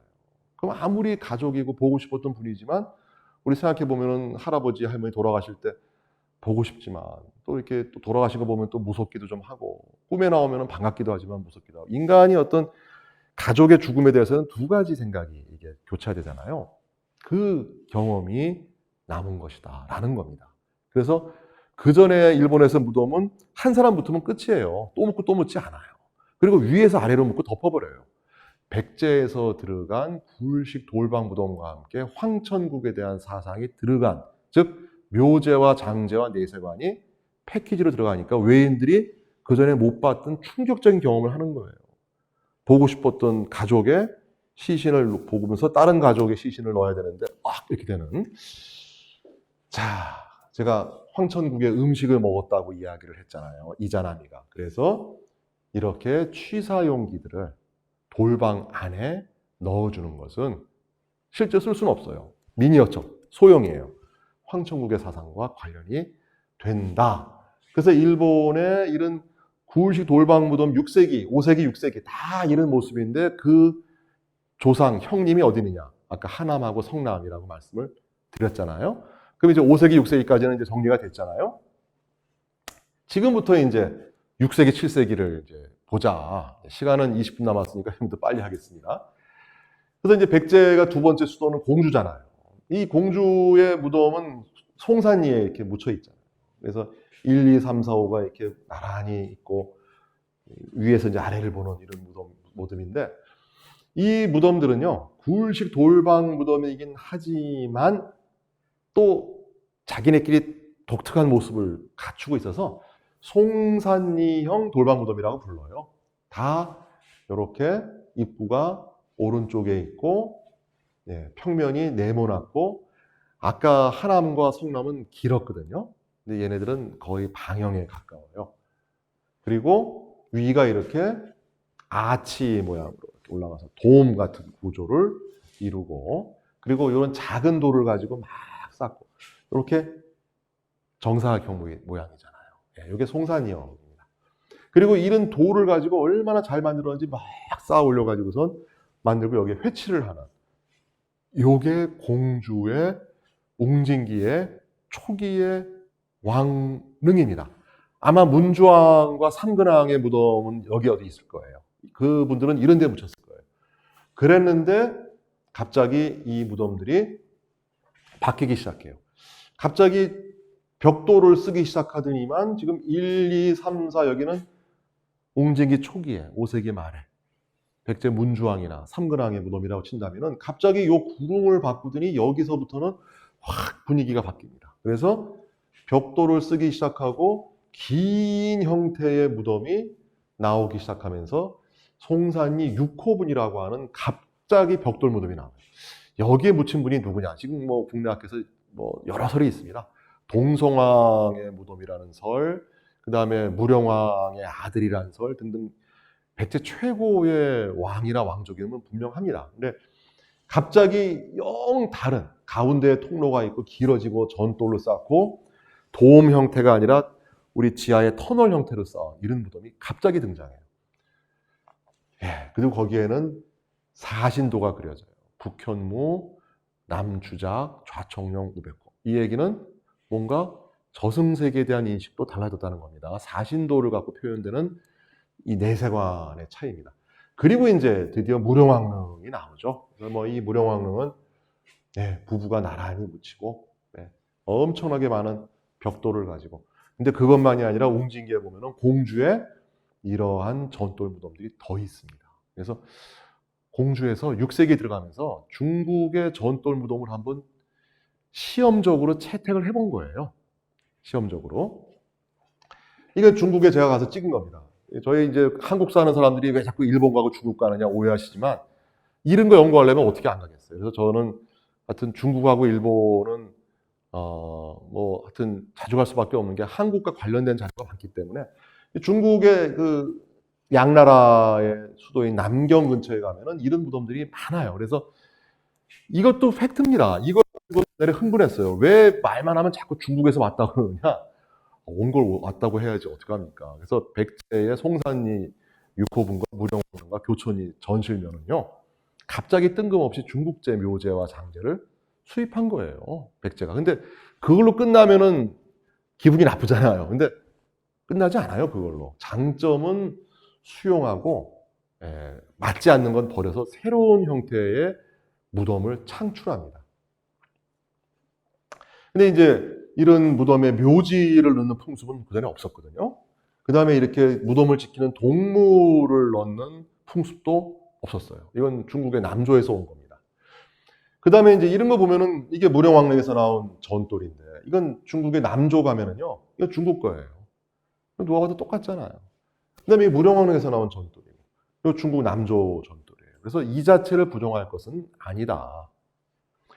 그 다음에 이제 무령왕릉의 진묘수가 여기에 있고, 거의 비슷한 형제뻘이 또 양나라에 있고, 그래서 뭔가 이 중국의 양나라의 신선 사상, 혹은 죽은 자의 영혼이 날아가서 서왕모에게 간다, 이런 사상들이 또 백제에 들어온 것 같아요. 황천국 사상하고는 또 다른 내세관이. 그 이야기는 캐치하시겠죠. 그럼 그 흐름이 또 일본에 갈 때는 한 단계 늦게 또다시 일본의 새로운 묘제 장제와 함께 내세관이 넘어가겠죠. 계속 그런 흐름입니다. 중국에서 와서 백제화돼서 좀 우리식으로 바꿔서 신라나 가야나 일본으로 넘어가고, 또 새로운 게 오면은 또다시 그것을 가공을 해서 우리 입맛에 맞게, 우리 풍토에 맞게 해서 또다시 보내주고, 이런 역할을 주로 백제가 하기 때문에, 저는 백제의 역할을 고대 동북아시아에 있던 문화 교류의 어떤 가장 중심적인, 그렇죠? 그런 역할을 한다라고 생각을 합니다. 뭐 원천 기술도 있지만 그거보다는 중국적인 기술을 동북아시아에 훨씬 더 널리 보급시켜주는, 뭐 그것만이 아니라 백제 고유의 뭐 무령왕의 발받침, 베개, 머리에 쓰는 관, 비녀, 왕비의 베개와 발받침, 왕비의 머리에 쓰는 관식, 왕과 왕비의 신발, 이런 것들은 이건 백제적인 것인데, 이 이야기를 왜 말씀을 드리냐? 이것이 6세기에 일본에서 대유행을 합니다. 우리가 배용준 씨가 용사마였지만, 제가 이건 뭐 농담이 아니라 진짜인데, 진짜 용사마는 배용준 씨 이전에 이미 6세기에 무령왕도 원래 이름이 사마거든요. 그리고 무령, 령이나 룡이나 일본 발음은 연, 용, 영, 령, 룡 똑같습니다. 그래서 배용준 씨보다 사실 먼저 무령왕의 용사마, 무령사마 열풍이 저는 돌았다고 생각을 해요. 그래서 일본인들이 가장 존경하는 6세기의 왕이 케이타의 개체인데, 그 집안의 아저씨의 무덤을 봤더니 신발이 나오는데 백제 신발이에요. 이런 겁니다. 그리고 송산리에서 발굴이 아니라 도굴된 이런 신발, 익산에서 나온 신발, 나주의 신발, 무령왕, 이런 신발들이 일본에서 구주에서 나오고, 나라에서 나오고, 시가에서 나오고, 오사카에서 나오고, 그러면서 무령왕적인 어떤 스타일, 무령왕에서 보였던 유물, 이런 것들이 일본에 확 퍼진다 하는데, 제가 여기서 하는 의문, 그것만 퍼졌을까? 무령왕릉의 구조와 내세관, 저승세계에 대한 인식은 얘기를 안 해요. 아무도. 또 퍼지지 않았을까? 이제 이런 의문점을 갖고 있습니다. 자, 그 전에 이제 무령왕릉에서 나온 이런 국보급 유물이 전라도 나주에서도 나오고, 일본의 군마, 저 동경보다 동쪽이니까 일본의 칸토, 관동 지역이잖아요. 거기서 나옵니다. 그래서 6세기의 무령왕의 이 용사마 열풍이 일본 열도에 퍼지고, 그건 무령왕릉에서 나온 이런 칼, 용이 여의주를 물고 있는 이런 칼은 일본에 보세요. 다 이런 칼이, 이건 다른 계통의 칼이지만 이런 칼이 확 퍼져나가면서 엄청나게 하여튼 이 시기의 백제의 물건들에 대한 어떤 이 뭐라 할까요? 어떤 염원 구하기 위한, 가야도 마찬가지죠. 그래서 가야에 이런 게 없었는데 갑자기 부부가 둘이 이렇게 나란히 묻히는 그런 거, 그다음에 무령왕릉에서 나왔던 이런 금속 그릇, 그다음에 송산리 고분에서 보였던 도깨비 모양의 허리띠, 버클 장식, 뭐 무덤 부조, 이것이 쫙쫙 퍼져나가는 것이 6세기다. 이제 사비기로 넘어갑니다. 자, 사비기는 부여의 능산리의 왕릉이 밀집되어 있고, 여기 나성이 이제 쭉 돌아가면서 부여 읍내고, 여기에 왕족들의 무덤이 있는데, 이때 가면은 분명히 무덤의 배치가 풍수를 따르고 있습니다. 이게 중요한 것이, 우리가 풍수하면서 뭐 통일신라 때 얘기하는데 그게 아니라 이미 아무리 늦게 잡아도 사비기에 가면은 풍수를 따르고 있고, 중국 남조 황제릉이 다 그랬거든요. 여기 황제릉 보면은 다 풍수를 따르고 있어요. 이게 중국의 강소성 일대 답사해 보면은 이런 모습을 볼 수가 있는데, 사비기 백제 왕릉도 풍수를 따르고 있다. 예, 역시 이것은 실제로 직접 가보시는 게 제일 좋습니다. 자, 근데 이때의 무덤에 가면은 송산이형이 아니라 또 바뀌어요. 아까 제가 말씀드렸죠. 송산이형 석실 쓰다가 중국에서 벽돌 무덤 써요. 써보니까 안 맞아요. 백제인들이 새로운 무덤을 창출을 해요. 그걸 능산이형 석실이라고 부르는데, 우리가 돌을 막 매끈매끈하게 물이 가공하는 거, 이건 옛날에 일본 말로 도끼다시라는 말이 옛날에 있었는데, 그건 뭐 정확한 말은 아니고, 돌이 매끈매끈하게 가공되는 기술이 지금처럼 기계를 안 쓰고 손으로 할 때는 엄청난 고급 기술이에요. 신라도 그 기술 없습니다. 신라가 그런 기술을 갖게 되는 것은 고구려와 백제가 멸망한 이후에 기술자들을 데려와서 그 기술이 나와요. 그전에는 돌이 막 거칠거칠해요. 능산이형 석실은요, 정말 매끈매끈하게 거대한 돌을 가공을 해서 우리 레고 쌓듯이 척척척척 쌓는데, 그 전반적인 모습은 무령왕릉을 비롯한 전돌 무덤, 벽돌 무덤 비슷해요. 근데 재료가 벽돌을 우리 풍토에는 안 맞잖아요. 우리 조선시대 가서도 벽돌 갖고 많이 해보려고 하지만, 우리는 벽돌을 구워서 쌓기보다는 화강암 자르는 게 훨씬 유리하기 때문에, 뭐 수원 화성이 있긴 하지만 우리는 벽돌하고는 안 맞거든요. 그래서 그 딱 버립니다. 버리고선 돌을 엄청나게 가공을 잘한 무덤을 가지고선 왕릉을 만드는데, 제일 멋진 게요, 거품을 쫙 빼버려요. 유물 없습니다. 없어요. 안 넣어요. 사람을 죽여 순장을 해? 안 합니다. 무덤을 크게 만들어? 안 해요. 능산이형 석실은요, 정말로 고기의 마블과 기름을 다 빼놓은 그 순살코기, 뭐 왕릉을 소고기로 비유해서 죄송하지만 비유컨대 더할 것도 없고 덜할 것도 없는, 이게 오히려 아름다운 겁니다. 엄청나게 큰 신라 고분에 막 순장, 사람 죽이고 막 무덤 유물 많이 넣는 것도 멋있지만, 쫙 더할 것도 없고 덜할 것도 없고, 요게 백제 사비 문화는 딱 완결된 거예요. 무덤 안에는 시신이 들어가면 되는 것이지 왜 거기다 왜 딴짓을 해, 이런 생각인데, 이게 제가 오늘 드릴 이제 마지막 이야기 10분 남았습니다. 아스카 나라 시대에 영향을 끼쳤을까요, 안 끼쳤을까요? 제가 지금까지 쭉 해온 걸로 보면은 안 끼쳤다고 할 수가 없잖아요. 근데 지금까지 이 부분에 대한 연구를 놓치고 있었어요.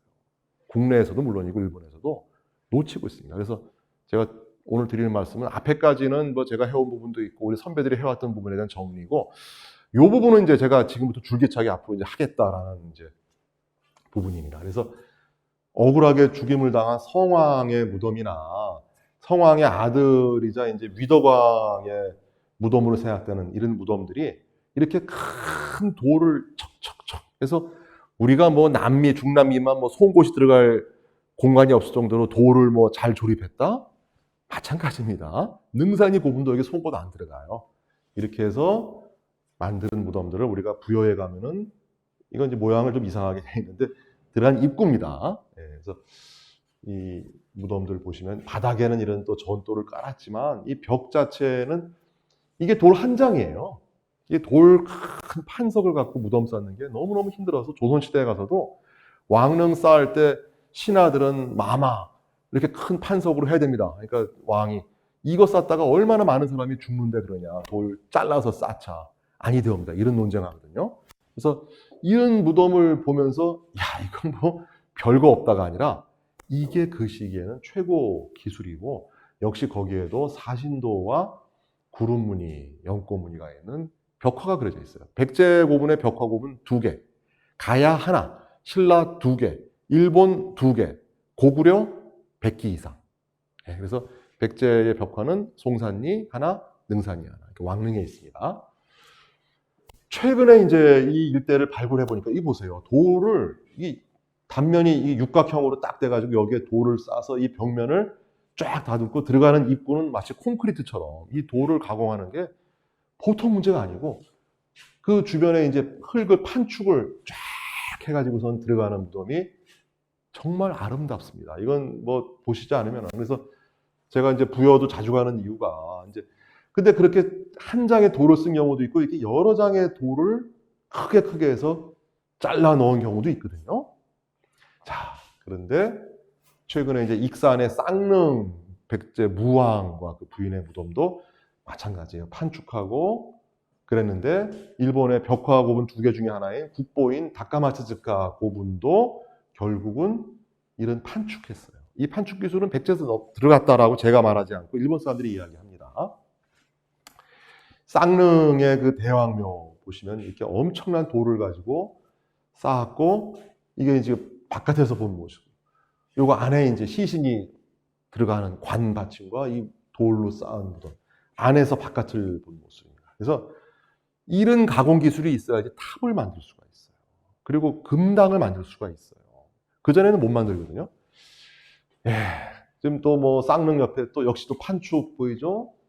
예, 이거 왕비의 무덤인데 선화공주일지 아니면 다른 분일지 모르겠지만 역시 거대한 이런 능산이형 석실이 확산이 되는데 일본에 안 갔겠느냐?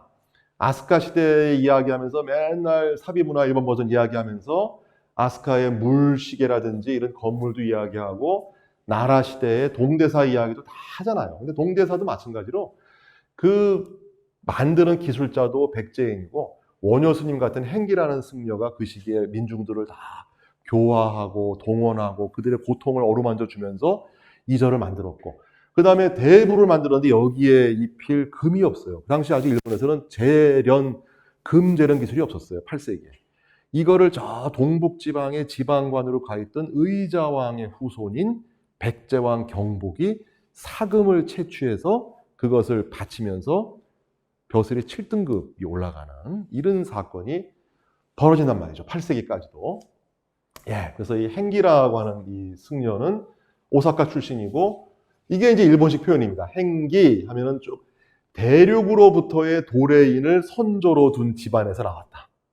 그러니까 대륙으로부터 왔던 도레인을 선조로 두고 있다는 얘기는 이때 도레인은 대륙이 아니라 한반도거든요. 백제인입니다. 행기는. 네. 자, 그래서 이제 이렇게까지 다 이야기하고 백제 왕씨들의 신사까지 있는데 왜 고분에 대해서는 인정하지 않느냐.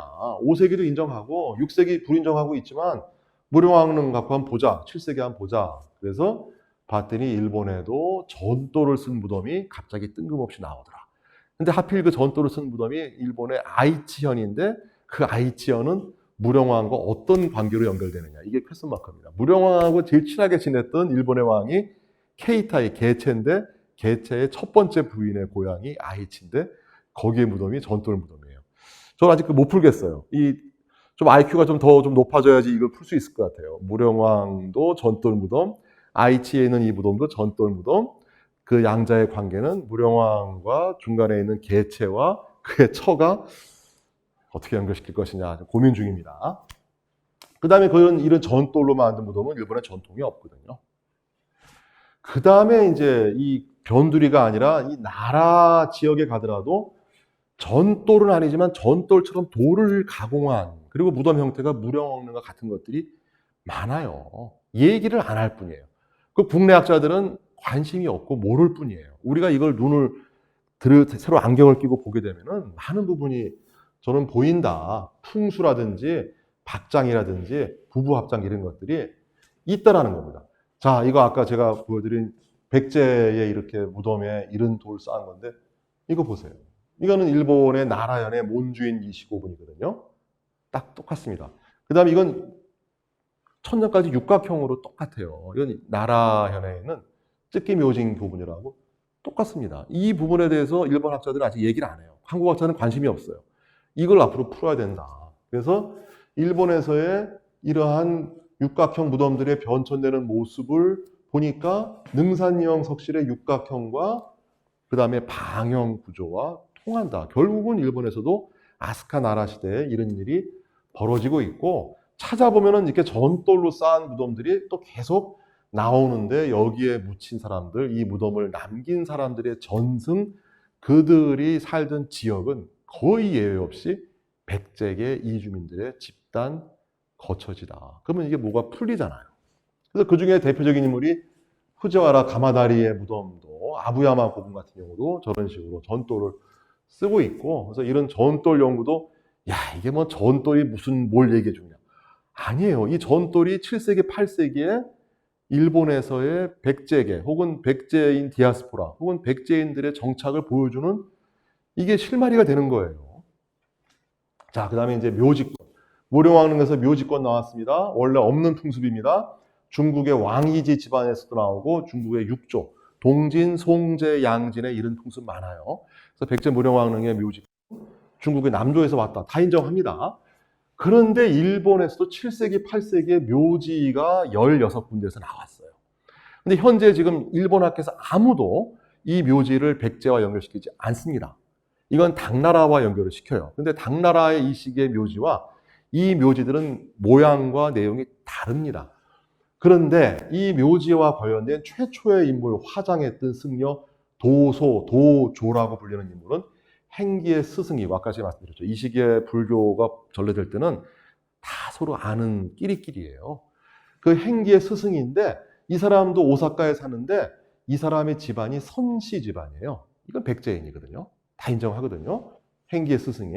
근데 행기는 아까 제가 말씀을 드렸죠. 아까 대륙에서의 도레인을 조상으로 두고 있다라고 하지만 그 아버지가 고지시예요. 호시노 사이치라는 인물인데 어머니도 그렇고 다 백제계 이주민들이에요. 그래서 행기의 묘지는 후대에 누가 발견해서 쓰기도 하고 파편도 나와서 그 내용을 알 수가 있습니다.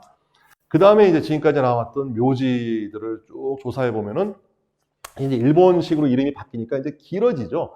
야마시로노 이미키, 그다음에 마사카와 그 부인인 카야노 이미키 아키바 이런 두 합장묘가 나라현 고조시에서 나왔는데 여기도 수상한 데예요. 여기도 도레인들, 이주민들이 많이 살던 데거든요. 근데 여기도 이주민 출신이고 그 다음에 후미노 네마로도 마찬가지로 서문시 출신이거든요. 서문시는 대표적인 백제계 시족입니다. 그 다음에 이제 왕진이라고 불리는 사람의 후손인 왕후라고 하는 사람도 선씨인데 이런 묘지가 나오는데 그 사람도 대표적인 이건 뭐 제 얘기가 아니라 일본에서 인정하는 백제계이고 다 그래요. 뭐 이시카와노 토시다리 이 사람도 소아시의 직계인데 소아시가 백제계라고 말씀드렸잖아요. 그 다음에 여기 나오는 오노시 이런 경우도 카마츠뿌리라고 하는 이 백제계 기술자하고 계속 연결된 그런 집안이기 때문에 자체가 백제계이거나 그 영향을 받았을 것이다. 그래서 이렇게 7세기, 8세기에 오사카 나라 일대에 분포하는 화장묘와 묘지는 백제계 이주민과 관련된 경우가 대부분이다. 화장 풍습 자체가 그렇다. 그래서 무령왕릉 화장이 아니지만 묘지를 넣는 이런 풍습 이런 것들은 백제에서는 끊기지만 그 묘지를 넣는 풍습들은 일본에 건너가서 백제계 이주민들이 7세기, 8세기에 연결시키고 있습니다. 우리가 그 일본의 쯔루아시 이런 데 가보면 이미 한국에서는 유행이 지난 물건들이 긴 시간 잠복했다가 사용되는 경우들을 볼 수가 있거든요.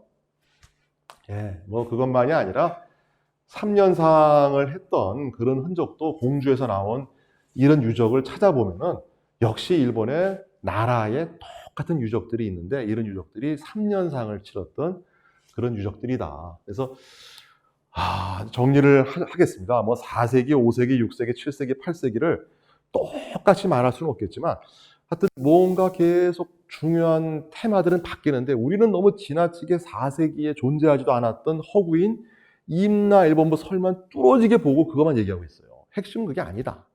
5세기의 가장 큰 흐름은 마한 백제계 주민들의 일본 열도 대거 이주. 6세기는 무령왕과 성왕 때의 선진 문물, 중국을 통한 선진 문물이 가야와 신라와 일본으로 퍼져나가는 그런 모습. 그 다음에 7세기의 아스카 문화라고 하는 것은 사비기 백제 문화의 일본판 버전. 그것으로 끝이 아니고 8세기에 가서 동대사, 해족교, 평성경 이런 것들은 지금까지 이건 백제가 없으니까 당나라의 영향이야 생각했지만 알고 보니까 그게 아니라 백제계 유민 2세 혹은 3세들이 그때까지 계속 존재하면서 활동하고 있는 모습들을 우리가 무덤의 구조, 내세관, 그 다음에 화장 풍습, 그 다음에 묘지 등등을 통해서 볼 수가 있더라. 그래서 뭐 맺은 말이 너무 그냥 뻔한 얘기입니다. 뭐 고대 한일 관계는 자국의 이익을 위해서, 자신의 돈을 벌기 위해서, 자신의 소신을 퍼뜨리기 위해서, 나의 종교를 전도하기 위해서 각자 다양한 목적을 갖고 했을 뿐이죠.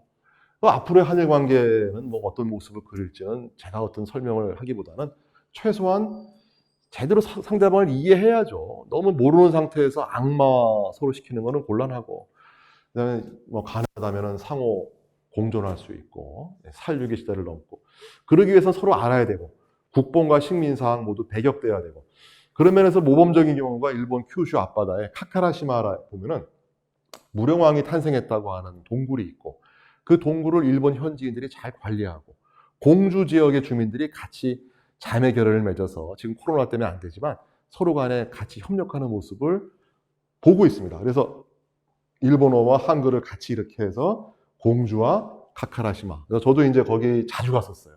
요즘 못 갔지만 저를 보지 마시고 손가락을 보시면은 저쪽에 카카라시마가 있어서 앞으로 한일 우호의 어떤 이 상징물로서 이 카카라시마 답사를 강력 권합니다. 아주 회도 맛있고 경치도 좋고 뭐 제가 일본 가본 중에 오징어 회가 가장 맛있는 지역이니까 어떻게 뭐 지역 너무 홍보하는 게 됐는데 하여튼 국본과 식민사학은 우리 모두 배격하고 실체를 좀 볼 필요가 있다. 이런 말씀을 드리면서 조금 시간이 초과됐는데 여기서 제 말씀을 마치도록 하겠습니다. 고생하셨습니다.